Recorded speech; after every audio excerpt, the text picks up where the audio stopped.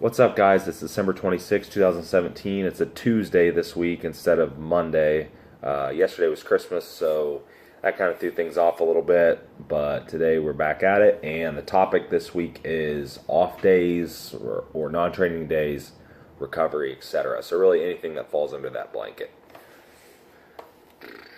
Let's see what we have here. I had some good questions. So this first one, there's actually two that are pretty similar, so I'll just read both of them and then go ahead and cover it. Okay. For clients that are stubborn and hate taking total off days, what is the best message to portray the benefits behind them? For people that struggle with taking off days from a mental standpoint, whether working out helps with depression, focus issues, or whatever, what are some ways they can overcome not working out and still feel good? We've talked about L-DOPA and theanine. Any other thoughts? Okay, so I think for some people it's just kind of a mental thing. They think that, if they take days off, that they'll not progress as well, or they'll lose their progress, or whatever the thought process is there. And then the other side of things might be, just habitual, and they do it, and like one of the questions says, it make them feel good. So there are other ways. There are definitely other things you can do during those times. So let's say you're not going to fill in those times with work or any other activity. Then, there are things that I will have people do that benefit them. And this is what I talk to them about. For example, nervous system recovery. That's probably the biggest part. That's probably the biggest downfall of a lot of people is nervous system recovery. Not so much muscular recovery, just because if people are eating properly, and most of the people that are asking these questions are, then that's probably not an issue. So from a nervous system side of thing, getting more PNS activation, so parasympathetic nervous system versus sympathetic. Fill in, and actually somebody mentioned this in there, so this was kind of perfect segue. Fill in those times with recovery modalities. Anything that you want, anything that you find the most beneficial. Maybe it's doing some kind of soft belly breathing. Maybe it's doing meditation. Maybe it's doing yoga. Maybe it's doing something like some of the more I don't know if I want to call them extreme, but some of the other modalities like cryotherapy or flotation therapy, or you can do things like simple things, Epsom salt baths, ice baths, stuff like that. Anything that can lower inflammation, increase parasympathetic nervous system recovery or activation, get massages, any kind of work like that is going to be beneficial. So I tell people, fill in the time with those things. They are going to make you feel good because it's going to help with your recovery. It's going to make you feel relaxed. It's going to make you feel good. So those are perfectly fine to do, and it feels like it helps someone that struggles mentally feel like they're doing something productive, which they are, rather than just sitting on their butt, which is what they're having problems with. So if that's the case, just sitting on your butt's giving you problems, which really in itself could also be beneficial, then don't necessarily sit on your butt. But obviously, if you're going to do things like yoga, for example, make sure it's a relaxation yoga. It's not anything too strenuous. And some people will use the term active recovery, and that term gets a little bit loose, and people are doing way too much when they really shouldn't be. So just know that it is beneficial. All of those things are going to enhance your progress. They are going to make you feel better. But again, for those people that struggle with that gap of nothing, fill it in. There's plenty of stuff, like I said, there's plenty of modalities that you can fill it in with, and it'll make you feel like your time is being used more productively. All right, next question. Why even take a day off? Aren't human bodies evolved to move 7 days a week, 365 days a year? Well, that's a really open-ended question. I would say from a recovery standpoint, as far as muscular fatigue goes, yeah, you could. You could eat plenty. as long as you weren't, as long as you weren't like training the same muscle groups every day, or doing full body workouts every day, and certain body parts had time to recover, and your joints were okay, controlling inflammation, things like that, then sure, I suppose you could. But from a nervous system standpoint, that's just not going to work. Your CNS is not equipped to get it pounding 365 days a year.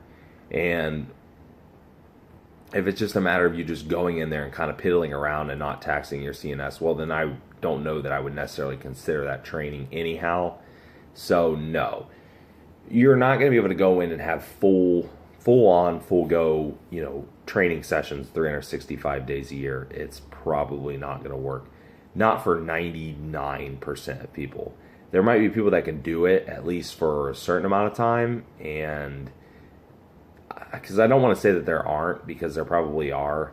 I've yet to work with anyone that can train with that kind of intensity 365 days a year. I know I certainly can't, not even anywhere close. You could definitely go long stints, planned overreaching phases where you're intentionally training into the overreaching side of things, close to the overtraining mark. But even then, it's a pretty short situation, and it's not something that you're doing chronically long term. And I know people in prep also will increase training frequency or the amount of days that they're training just to burn more calories as a way to increase energy expenditure instead of just doing more cardio. And you can get away with that for a while again, but still, they're going to be taking breaks. I mean, they're not going to be doing that permanently. So, this is a good one. So, how many days off in a row can you afford before muscle loss begins to occur? Let's say that your diet is still sufficiently feeding enough proteins to suit. So I don't know that there is a perfect answer for this one, but I have seen some science on this topic. Things like talking about how long does it take the muscles actually to atrophy, muscle memory, whatever term you want to use for that. But it looks like from the science that when your muscles have those nuclei, the nuclei that you're going to acquire from training, you won't really lose muscle very easily. And I haven't really found a set number of weeks or months or whatever that would say, yes, this is exactly how it will happen during a detraining period. And I think that's probably because there isn't a set number. It's going to, depend on the person genetically. But assuming someone is not a novice trainee and they've trained for, at least a few years or more, then I would say, from what I've read, most of those nuclei will be able to stick around for probably a few months at most, and then maybe start actually losing tissue. Though the tissue may shrink. Obviously, initially, some of the things you'll see is you'll lose fluid and glycogen within the muscle, and that's just because you're not training and it's not, your body's not partitioning those nutrients into the muscle. Why? Because you're not using it. There's really no need to partition it heavily into the tissue. So aside from that, actual muscle loss, it's probably going to take closer to the month mark. I've seen varying literature on this, anywhere from a few weeks to a few months. So if you want to go really on the safe side, you could say a few weeks. And then you probably would go for, might have some muscle loss from there. But even at that, that's where the muscle memory comes in. The muscle regain is extremely fast and easy, and you typically don't have to do nearly the exercise to regain as you would have to have gained it in the first place. So, and that's even talking, months at a time. And that's where that whole nuclei retention comes from, just because people can have that muscle memory effect. And there are scientists that argue that it's actually permanent. And we've seen it too. I mean, we've seen it in some of the more genetically elite people that they can come back and train them and gain all that muscle back pretty sufficiently. Maybe not entirely, but I mean, look at somebody like, Kevin Levrone, for example, that's a perfect one. I mean, he used to do it every single year. He just did it recently. Though he wasn't as big, he still gained a ton of muscle back. And I mean, there's plenty of examples of it. We've all seen it. So that's kind of where I'm at with the science on it and from what I've seen. So next question. From a nutrition stance, if insulin sensitivity is good and in a bulk or recomp phase, what's your take on altering daily intake or macro ratios for that matter, i.e. dropping or lowering carbs and upping fats? So basically higher carbs on training days and lower carbs on non-training days. And what's my take on it? So even if insulin sensitivity is good, it's not really going to hurt to keep it that way. You know, just because insulin sensitivity is good doesn't mean you can't become insulin resistant pretty quick if you start just eating lots of carbs in every meal all day long. With that said, I mean, total calories and being in too big of a calorie surplus will actually cause insulin resistance as well. I mean, that's really the biggest thing.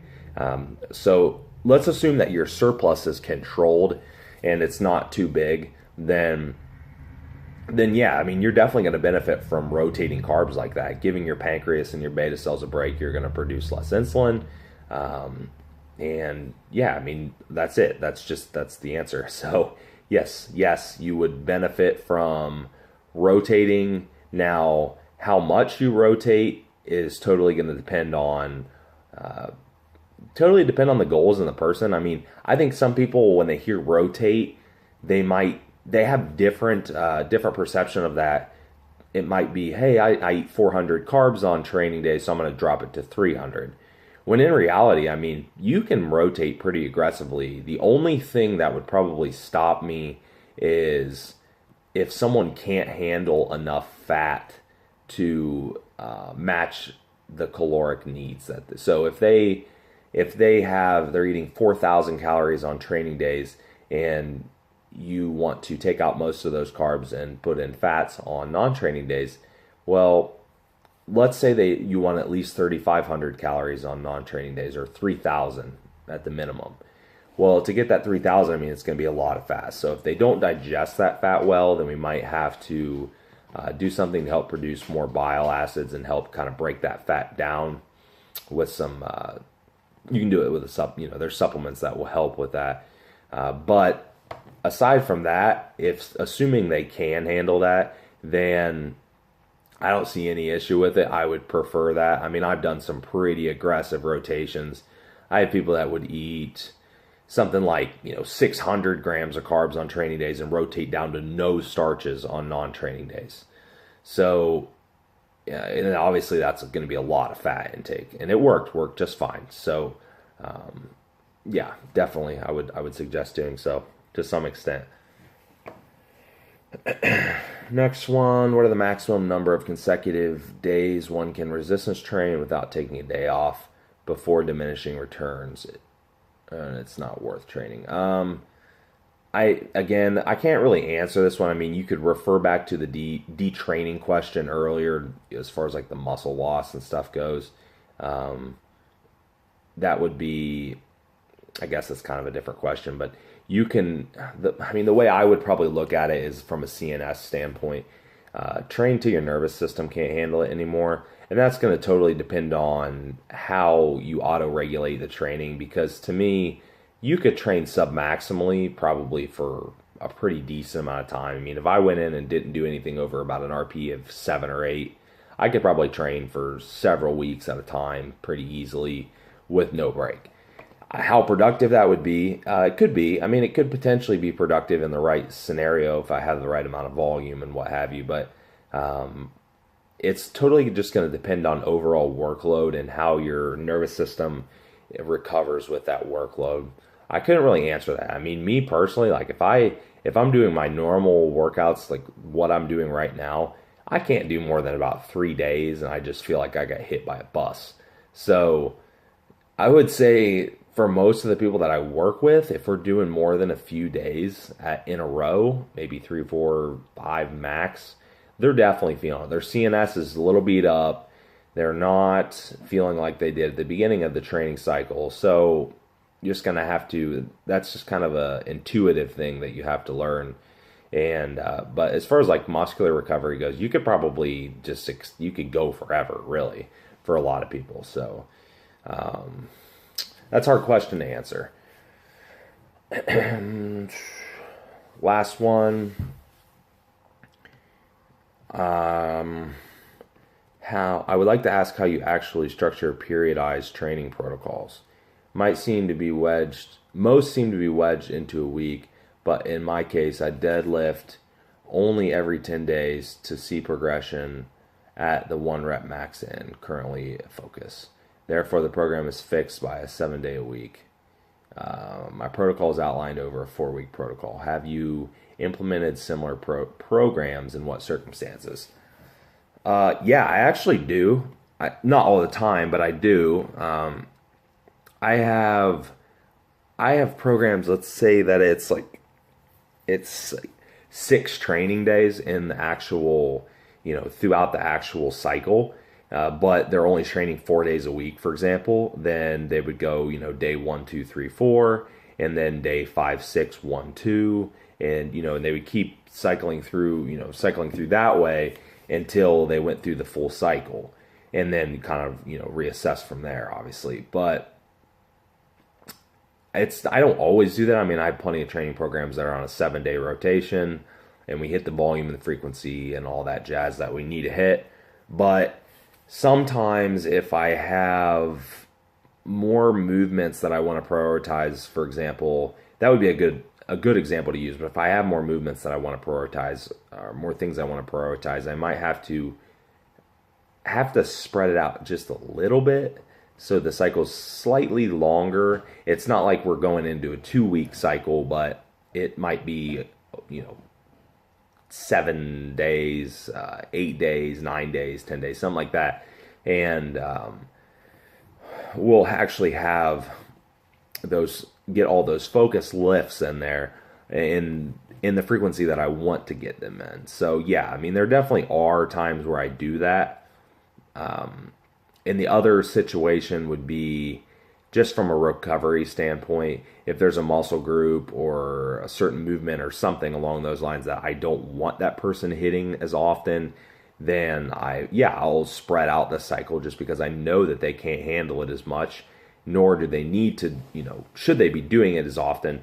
And so I can spread out the cycle that way. Kind of like what you're talking about here, that if you do the deadlift every 10 days, then you see progression on your 1 rep max. Yeah, so you figured out that if you deadlift more often, you probably won't see that progression or not as well. So definitely situations where I would do that. And I do that relatively often, maybe 50-50 in all my training programs as far as how I spread them out.